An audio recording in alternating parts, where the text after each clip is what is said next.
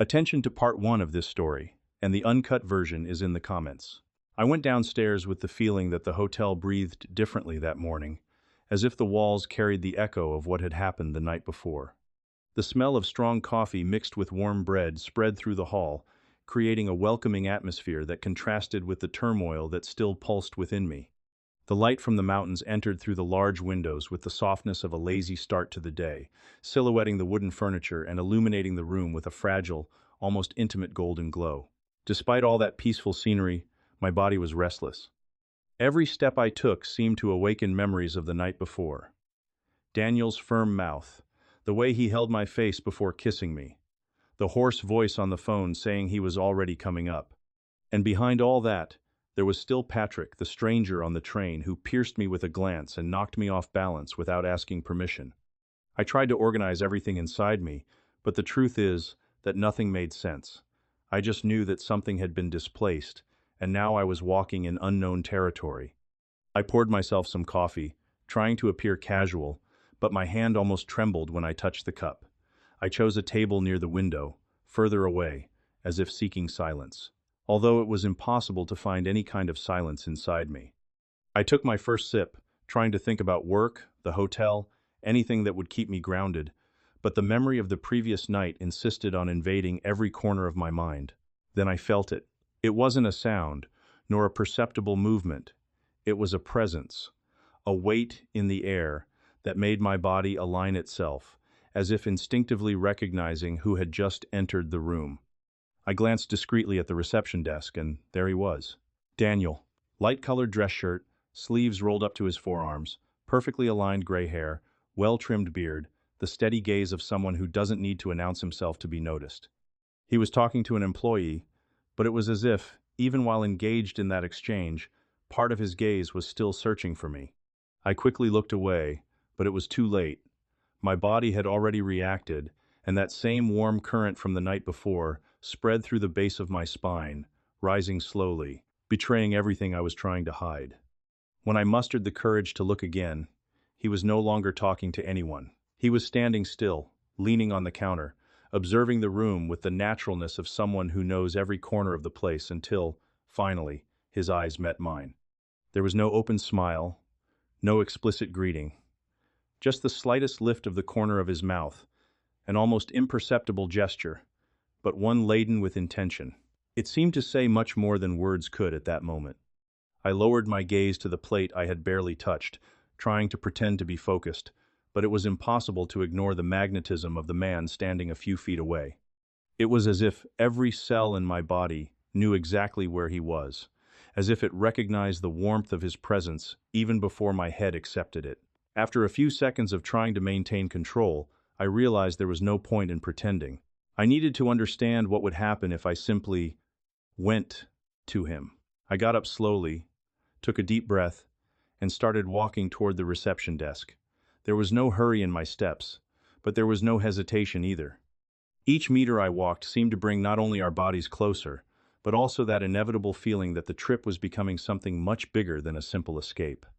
When I stopped in front of the counter, Daniel looked up at me with the calmness of someone who already knew I was coming. His voice, when it came out, had that serene firmness I had felt the night before. "Did you sleep well, Mr. Robert?" I tried to respond naturally, but even my voice seemed to carry a new tension. "Yes, I did." I paused briefly, my gaze dropping for a moment to his mouth, before returning to his eyes. "Thank you for the dessert." His smile took shape more clearly, but without exaggeration. It was the kind of smile that said, "I know exactly what you're implying."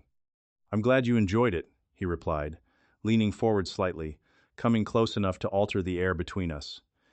"If you want to do it again, just ask." It hit me like a slow blow.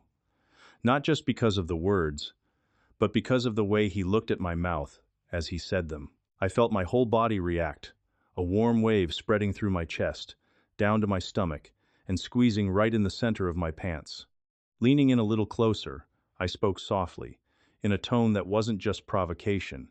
It was admission, it was desire, it was confession. "Today, later, I want to talk to you." He raised an eyebrow, with an expression that mixed curiosity and certainty. "Talk?" he repeated, as if appreciating the choice of words. My smile was discreet, but loaded with meaning. Or whatever else happens. Daniel took a deep breath, a movement almost imperceptible, but enough to reveal the impact of my words. His eyes drifted down to my chest and back up again, slowly, as if he were weighing a decision before making it. "I'll be around," he replied, his voice lower, denser, and available anytime. When he walked around the counter, as if to attend to another task, he passed by me with deliberate naturalness.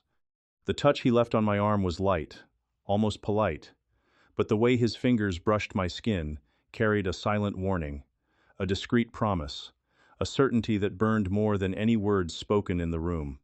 Without looking directly at me, he murmured in a tone that sent shivers down my spine. "You still can't imagine how much I want you again." I stood still for a moment, feeling the impact of that sentence wash over me like a slow, hot, deep shock. When I finally turned to look, Daniel was already back at the counter, shuffling papers with the nonchalance of someone who hadn't just set someone on fire in the middle of breakfast. And there, realizing that my body had taken control long before my mind, I understood the journey was just beginning. And I had no idea how far it could take me.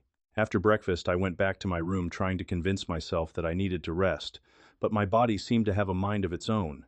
I walked around the room as if each step were a failed attempt to organize thoughts that no longer obeyed me. I lay down on the bed, stared at the ceiling for a few minutes, took a few deep breaths, and nothing worked. Every time I closed my eyes, it was Daniel's gaze that appeared, firm, confident, with that dangerous calm that destabilizes more than any bold words. Time passed more slowly than I would have liked. Around 3 in the afternoon, I decided to walk through the hotel gardens. The sky had cleared completely, leaving a clear blue that contrasted with the deep green of the surrounding mountains.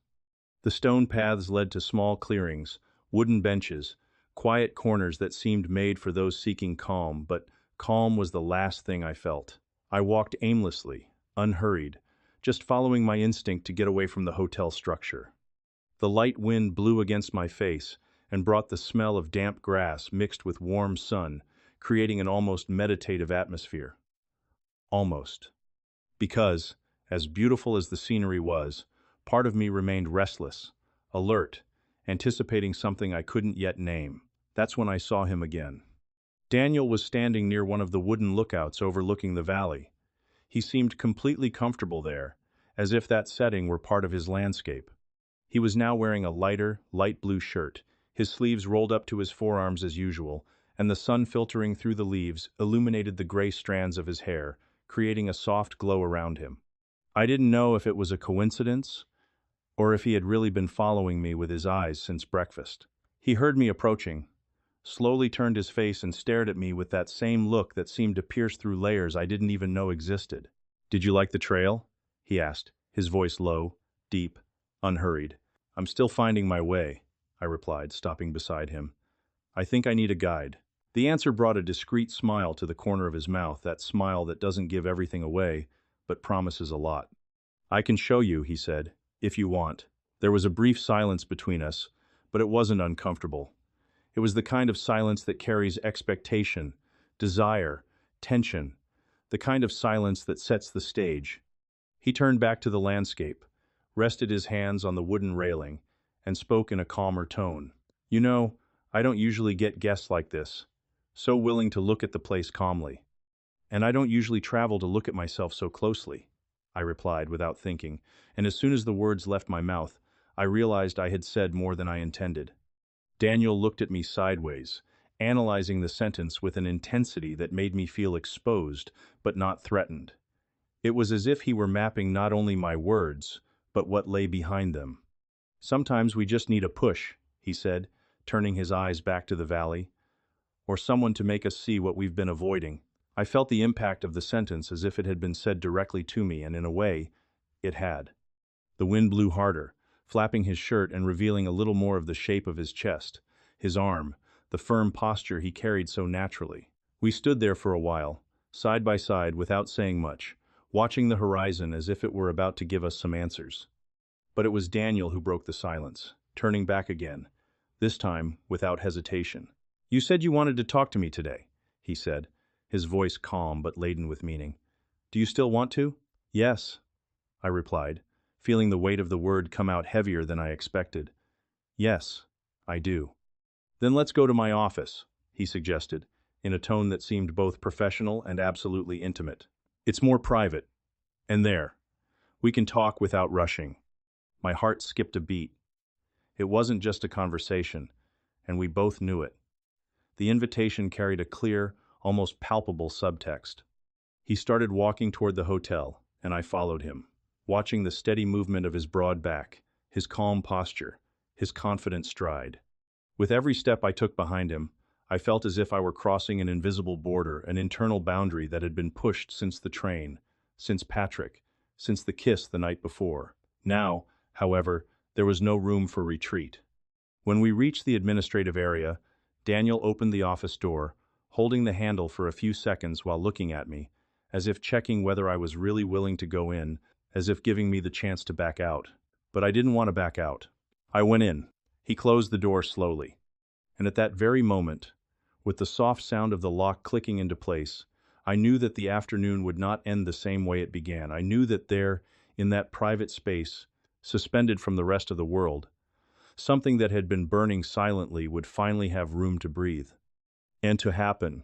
The office was silent when I entered, and for a moment all that could be heard was the discreet sound of the door closing behind us. Daniel approached the desk as if to say something, perhaps to start the conversation he had suggested. But I didn't want to wait. Not in that state. Not with everything that had been burning inside me since morning.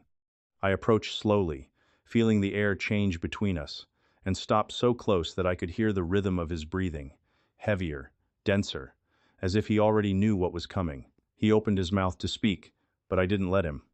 Before anything else, I need to tell you that I haven't stopped thinking about you. The phrase seemed to pierce Daniel in a way he didn't try to hide. His eyes darkened slightly, as if my confession had ignited something that was just waiting to be touched.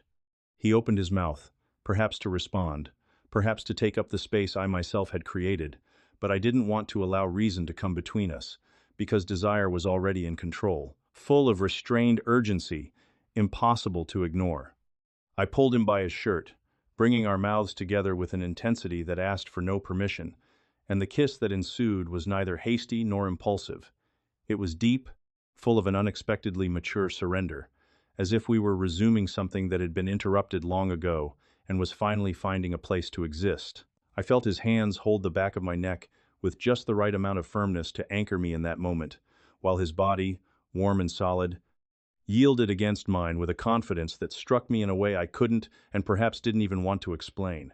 The afternoon seemed to spill through the cracks in the window, partially illuminating the office and creating long shadows that moved slowly across the floor, accompanying our bodies as the intensity of the kiss grew in a kind of silent choreography, where every gesture, every approach, and every pause carried meanings that went far beyond what any phrase could translate. And, without realizing exactly when, we let go of the clear orientation between who was leading and who was following, because at that moment there were no defined roles, only mutual surrender that came naturally. And so it was, between deepening kisses and mingling breaths, that we both ended up surrendering to that afternoon, allowing time inside to become slower, more intimate, more charged than I could have imagined possible when I woke up that day. I won't describe what happened in the following minutes, not because of a lack of intensity, but because certain details cease to belong to the world when they become shared memories, keeping a space that is ours alone, where silence speaks louder than any explanation, and where everyone who hears this story can imagine the contours in their own way. When the light began to change color, announcing the end of the afternoon, we remained there for a longer moment, breathing slowly, as if the world were demanding that we return to it, even though our bodies insisted on remaining in the small universe we had created. Daniel adjusted his shirt almost automatically, but without haste. I, on the other hand, felt that something had shifted again, deeper, more irreversible than before.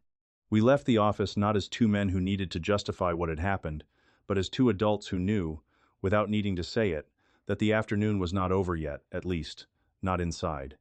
When I left Daniel's office, the late afternoon light was still slowly receding through the windows in the hallway, creating a golden trail that seemed to follow my footsteps as I walked back to my room. There was something different about the way the hotel breathed at that moment, The silence was not the same neutral silence as before, but a thick, almost complicit silence, as if the walls kept what had happened behind closed doors, preserving a secret that still pulsed beneath the surface. My whole body felt charged with heat, as if the afternoon had settled inside me and now refused to leave. I walked slowly, not because I was tired, but because each step seemed to require more time to be understood. My mind, which had always been so quick to organize, justify, and classify everything, was in an almost comfortable mess, like someone who surrenders to chaos after much resistance. When I entered the room, I immediately felt the contrast with the hallway. The cool air of the room, mixed with the smell of wood and clean sheets, made my body shiver, not from cold, but from perception. It was as if, for the first time since I arrived there, I was entering the room as myself, and not as the controlled version I usually present to the world. I closed the door slowly, leaned my back against it for a few seconds, and took a deep breath, letting the air out in a sigh that I hadn't even realized I was holding. Daniel's touch was still on my skin, not just on my body, but somewhere deeper, which I couldn't pinpoint exactly. Every gesture from that afternoon seemed to repeat itself in small waves, like echoes that returned on their own when my mind tried to calm down. I walked to the bed and sat on the edge, running my hands slowly over my knees, as if I needed to convince my body that I was really there, in that room lit by the blue light of early evening. The sky outside had begun to darken, and the soft light coming through the window created a delicate pattern on the wooden floor, more than enough to keep my thoughts alive. I knew I should rest, and at the same time, I knew I couldn't. Something inside me vibrated insistently, with an energy that didn't seem to come only from physical excitement, but from a kind of discovery that made me alert and, in a way, alive in a way I hadn't felt in a long time. The whole afternoon seemed to have reopened me inside, as if I had crossed a border that had always been there, silent, just waiting for the right moment to be crossed. I rested my elbows on my thighs, interlaced my hands, and let my head drop for a few seconds, not in regret, but in recognition. Something had changed. Something had been awakened. And no matter how hard I tried to find justifications, excuses, or even logical explanations for it all, the truth was that there was no room for rationalization. What I felt was simpler and, at the same time, deeper, an uncontrollable desire to continue, to return to him, to understand how far this could go. I lifted my face and, for a moment, my eyes fixed on the door, as if I expected someone to knock at any moment. It wasn't fear, it was anticipation. It was the certainty that the day was not over yet. It was my body recognizing a presence even when it was already gone. It was the strange and inevitable feeling that Daniel was still with me, even if he wasn't physically there. And as night slowly settled outside, I noticed that the darkness that enveloped the mountains didn't scare me. On the contrary, there was something inviting, almost provocative about it, as if the night was ready to open up new paths, new possibilities, new discoveries that I didn't even know I wanted until then. I sat back, leaning against the cushions, and ran my hand over the back of my neck, still sensitive to the touch he had left there. The heat rose again in my chest, in that slow and deep way that reveals more than any words could. And so, enveloped in that mixture of restlessness and desire, I realized that the night was just beginning, and that I, for the first time in a long time, was willing to see where it would take me. I was still sitting on the edge of the bed, letting the night slowly settle over the walls of the room, when I heard the soft sound of footsteps in the hallway.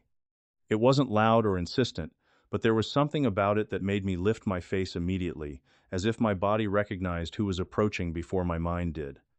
The silence of the hotel amplified everything, the almost imperceptible creaking of the floor, the air pressed against the door, the feeling that someone was on the other side.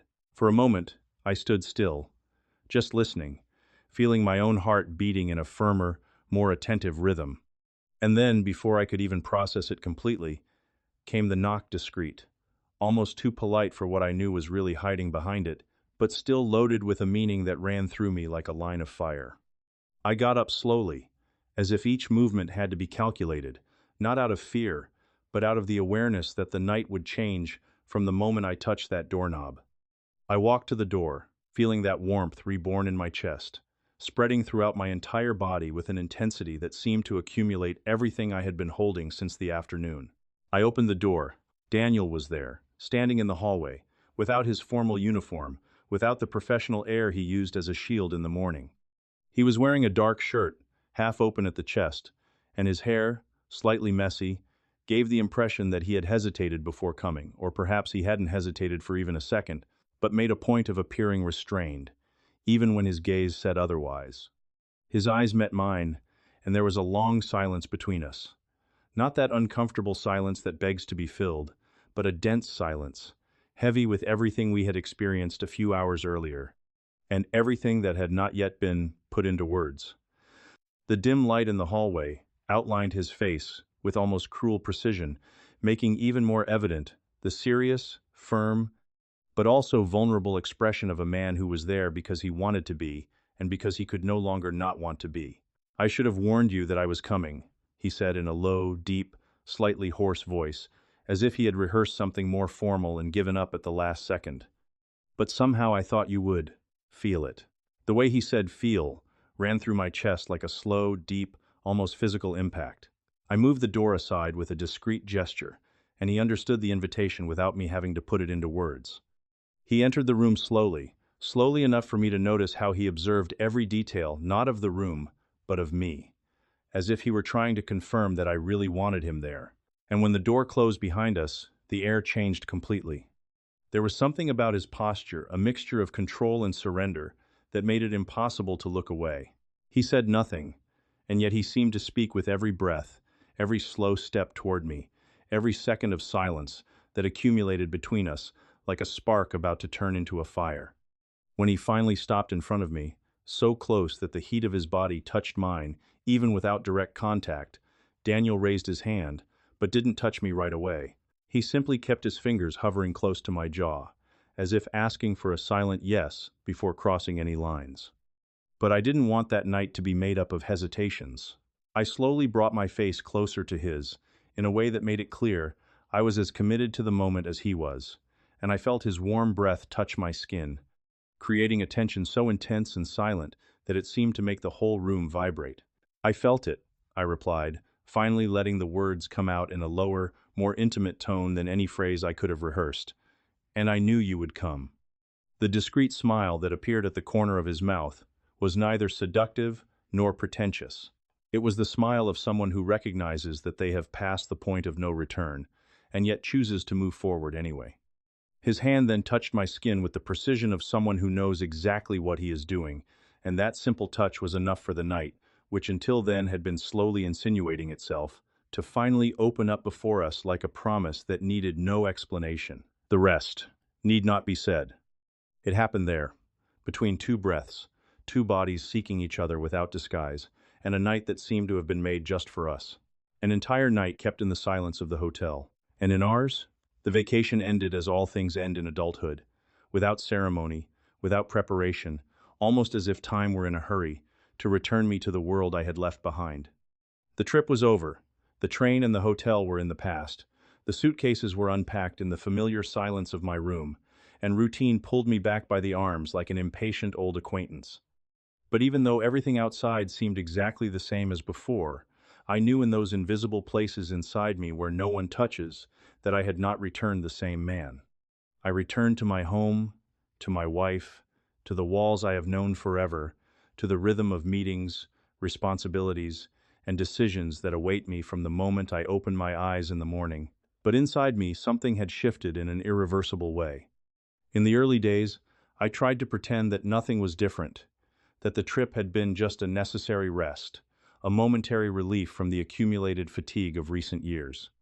But every time I found myself alone in the shower, driving, sitting on the couch when the house was quiet, I felt that same warm vertigo run through my chest, reminding me in an almost cruel way that there is a version of me that no longer fits into this old mold.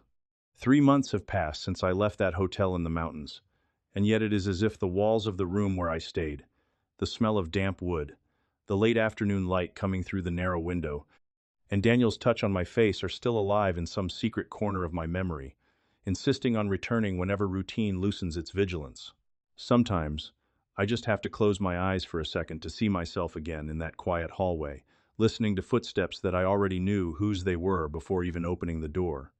At other times, it's the train that returns car 12, Patrick leaning against the narrow wall, that look that seemed to undress me inside even before any gesture. I try to move on, but there isn't a single day that goes by when I don't relive a fraction of what happened. No matter where I am sitting at my desk, listening to my wife talk about something important from the day, or just shopping at the supermarket, there is always a moment, a sudden cut in the timeline, that brings back the feeling of that afternoon in the office. His breath mixed with mine, the warmth of our hands meeting, the heavy silence that preceded everything we experienced without needing to name it. And the strangest, or perhaps the truest thing, is to realize that it is not the act itself that visits me so often, but the discovery. The intimate, profound, and almost frightening feeling of having been touched in a place where I had never allowed anyone to enter. It's as if that trip awakened a dormant part of me, an entire territory that I spent my life avoiding, exploring, and now, after crossing the border, I can no longer pretend it doesn't exist. I return to my life, to my home, to the role I've always played, but inside, I'm still there. Trapped between memories that come back like waves from a sea that never calms, carrying with them a mixture of longing, desire, and silent confession. Sometimes I think it was just a detour, a brief encounter on a road I should never have traveled. Other times, when the night is quieter and my mind more sincere, I realize it was no detour at all. It was a revelation. 3 months have passed, and yet I still feel like I'm standing in that hallway, about to open the door to someone who changed something in me without asking permission. And no matter how hard I try to move on, part of me is still there, reliving everything. And even though I try to follow my path, I wonder every day how long I will still be able to endure this dance between what I live and what I wish to relive. I don't know how long I will be able to ignore the desire to return to feel again, to allow myself once more to be taken over by something that changed everything inside me. The truth is simple, though heavy. I don't know how long I can hold out without reliving it. And maybe, deep down, I don't even want to hold out for long. If you want to follow this story, to know what can happen when the past comes knocking again, subscribe to the channel and turn on notifications. You won't want to miss the next chapters. The uncut version is in the comments.